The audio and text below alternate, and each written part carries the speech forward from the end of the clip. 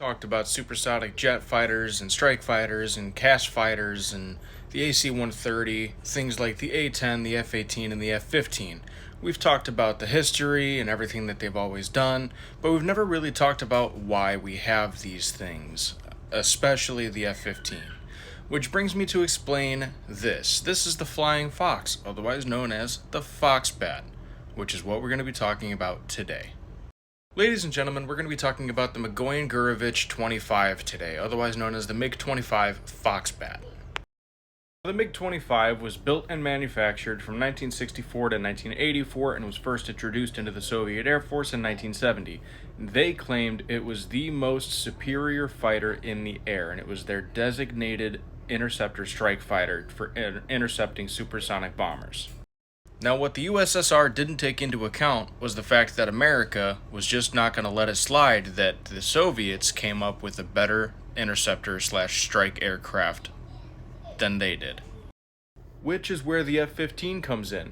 That's right, the F-15 was a direct result from the MiG-25's introduction. So you could kind of say that communism gave us the F-15. Actually, no, I won't give them credit for that either, but they did force us to build the most superior aircraft ever. According to the spec sheet, this thing had a top speed of about 3.2 Mach, but was limited to Mach 2.6. It doesn't explain why, but it did have a max speed of over 1,800 miles an hour, which is blisteringly fast. I will give them that.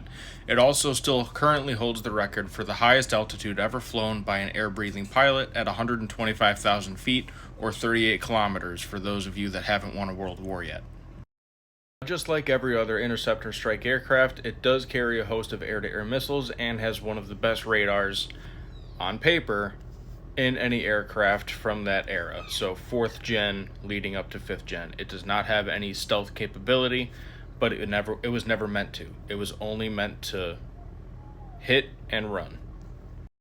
Now, to keep this thing up in the air, and especially up at high altitudes, the MiG-25 did require super large air inlets to feed the turbofan engines. The F-15 has something similar, but it was never meant to go as high as the MiG-25 did. It was only really meant for intercepting strike craft, air-to-air capable craft, and things like that. It was never really meant to go as high as the MiG-25 went.